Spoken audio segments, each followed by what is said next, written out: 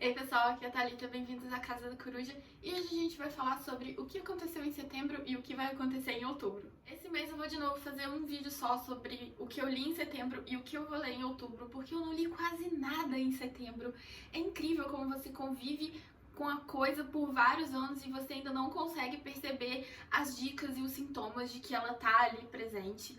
Em setembro minha ansiedade tava super atacada, eu não tava conseguindo concentrar. Eu sentava pra ler e me distraía com qualquer coisa, então acabei lendo 2 livros, o que pro meu ritmo de leitura é pouco, e finalizei um livro que eu tava lendo desde julho, eu acho. Então vamos começar por eles, quais foram os livros que eu li este mês. O primeiro deles foi o incrível, o aclamado, o que eu ainda não sei porque eu não tinha lido, Torturado, do Itamar Vieira Júnior. Teve uma feira do livro aqui na minha cidade esse mês e ele participou de um painel, então eu aproveitei para comprar o livro e ler. Agora eu tenho um autógrafo do autor, muito feliz de ter conseguido ir no painel dele. E, gente, esse livro, ele merece todos os prêmios e todos os elogios que ele teve, porque realmente é um livro muito bom. É um livro muito fácil de ler, uma leitura muito fluida. Ele é feito em capítulos bem curtinhos e todo capítulo ele termina com um gancho para o próximo capítulo, com alguma coisa que você quer saber o que vai acontecer. Então é aquele tipo de livro que você senta para ler e lê 100 páginas de uma vez só. Realmente uma leitura que passa muito rápido. E é uma história incrível. A gente vai acompanhar a história de 2 irmãs, a Bibiana e a Belonísia, e elas moram na Chapada Diamantina. Esse aqui é um romance regionalista moderno. A gente vai conhecer a cultura, as tradições, o modo de vida das pessoas que moram na Chapada Diamantina, e a gente acompanha também uma religião que é praticada exclusivamente nessa região, que é o Jaré. O pai das irmãs é curador de Jaré, então a gente tem muito contato com os cultos. Eu não sei se fala cultos, gente, eu não sei exatamente a terminologia da religião, mas a gente tem muito contato com a prática dessa religião, a gente conhece muito a respeito dela. A história começa com as 2 irmãs passando por um acidente. Elas estavam ali brincando com uma faca e de repente uma delas corta a língua, perde a sua língua. A gente não vai saber quem perdeu a língua até bem mais pra frente da narrativa. Esse aí é um mistério que o autor utiliza para prender a gente como se precisasse, porque a narrativa em si já prende muito a gente, mas a gente só vai saber quem perdeu efetivamente a língua bem mais pra frente. E a partir desse momento essas irmãs se tornam muito unidas. Uma passa a ser a voz da outra, elas criam um laço muito próximo que a que perdeu a língua, só de olhar para a outra já entende, consegue transmitir ali os pensamentos dela. E a gente vai acompanhar durante todo o livro a vida dessas irmãs, as dificuldades, os sofrimentos, a transição para a fase adulta. É um livro muito bom. Esse livro aqui, ele conseguiu furar a minha ansiedade, porque eu li ele em 3 dias. Foi por isso que eu consegui terminar 2 livros esse mês, porque o outro eu tive que ler durante o mês inteiro, eu lia 2 páginas por dia, mas esse aqui conseguiu me prender tanto que eu não conseguia parar de ler. O próximo livro que me acompanhou durante todo o mês de setembro foi Kazuo Ishiguro com Os Vestígios do Dia, que foi o único livro da minha TBR que eu consegui ler. A gente vai fazer um combinado aqui, as minhas TBRs vão ser perspectivas de leitura.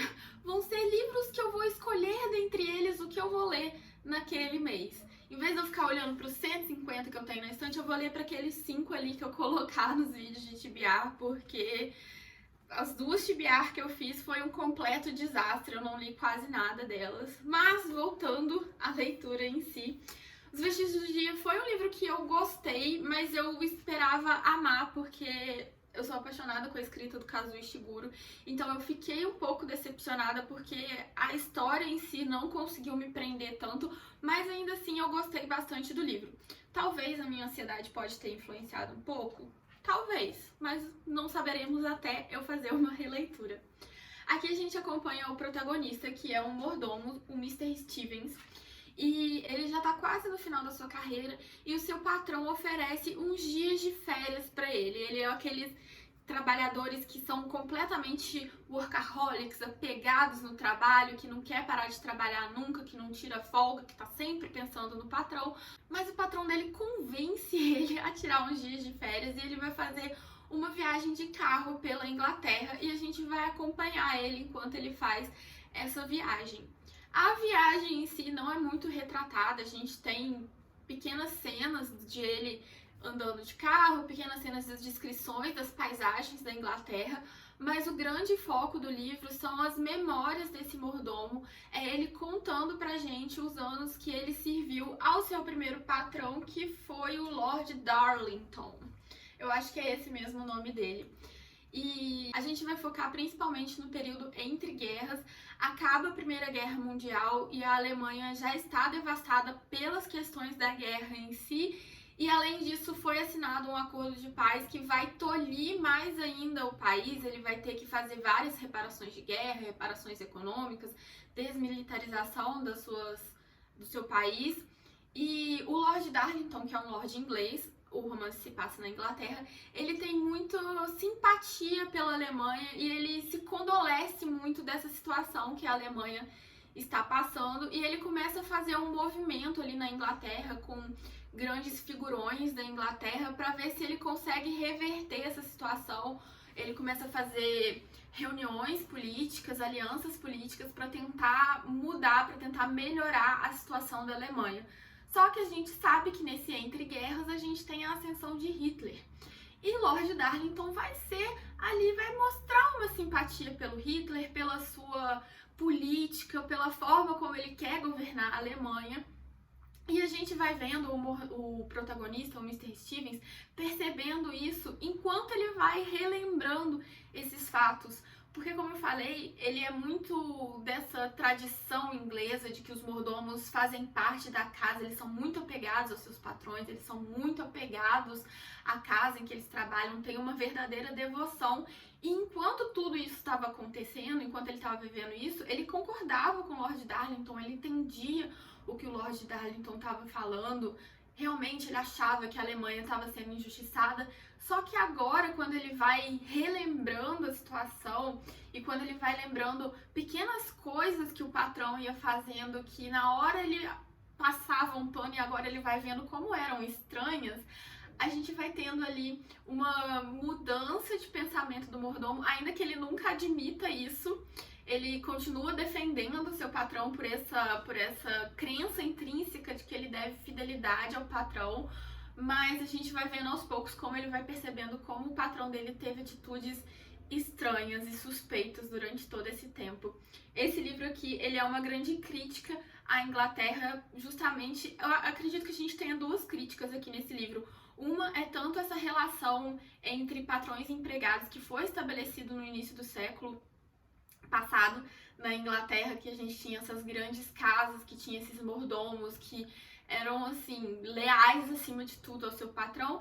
E também a gente tem a crítica à posição que a Inglaterra teve no entre guerras, que apesar de depois ela ter declarado guerra à Alemanha, antes da efetiva tomada de poder por Hitler, muitas pessoas importantes da Inglaterra tinham simpatia e até mesmo apoiavam a ascensão ao poder dele. Então a gente tem essa dupla crítica aqui nesse livro. Eu gostei muito do livro por essa crítica que ele traz, mas como eu falei, a história em si, ela é um pouco lenta, ela é um pouco devagar, então acabei não gostando tanto assim do livro, mas ainda assim é uma leitura que eu recomendo. E o último livro que eu terminei de ler nesse mês, eu acho que eu li umas 30 páginas dele só, foi A Sucessora, da Carolina Nabuco. Esse livro aqui, ele também é conhecido por ele ter sido, por Rebecca, da Daphne du Maurier, ter sido acusado de plagiar esse livro aqui. E depois de ler esse livro, eu posso falar que realmente as histórias são idênticas.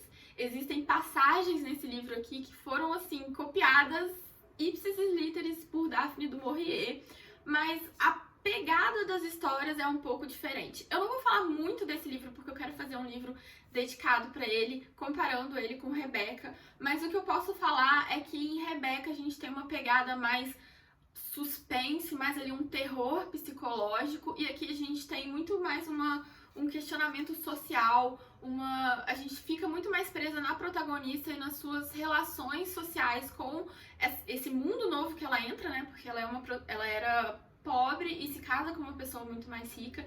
E a gente tem muito mais um embate entre ela tentando se adaptar a essa cultura do seu marido, essa sua nova cultura, do que em Rebeca. Em Rebeca a gente não tem muito isso, a gente tem mais realmente aquele suspense ao redor da morte da Rebeca em si. Eu gostei bastante dessa leitura, vou confessar que eu gostei mais de Rebeca. Não sei se foi porque foi meu primeiro contato com a história, ou se realmente o estilo de escrita me prendeu mais, mas a gente conversa mais sobre ele em um vídeo que já tá chegando no canal comparando as duas leituras. E agora vamos para a minha TBR de outubro, os livros que eu quero ler em outubro, mas lembrando que eu vou colocar aqui, eu separei 5 livros para ler em outubro, mas não garanto que vou ler todos. Dentre eles, alguma leitura vai sair para o próximo mês. Outubro é o mês do terror, muitas pessoas aqui no Booktube fazem um mês aí dedicado para o terror, e eu acabei entrando num grupo de uma maratona literária que vai ter lá pelo Instagram, que vai se dedicar à leitura desses livros com temas mais darks. Então eu separei os livros da minha estante que tinha mais essa pegada. O primeiro livro é o livro que estava na minha TBR de agosto, eu acho, e eu acabei não lendo, que é O Demônio na Cidade Branca. Aqui a gente vai ter uma história que se passa em Chicago e, ao mesmo tempo, no mesmo período de tempo em Chicago, está acontecendo uma feira de arquitetura que ficou muito famosa, ficou conhecida mundialmente como a Cidade Branca.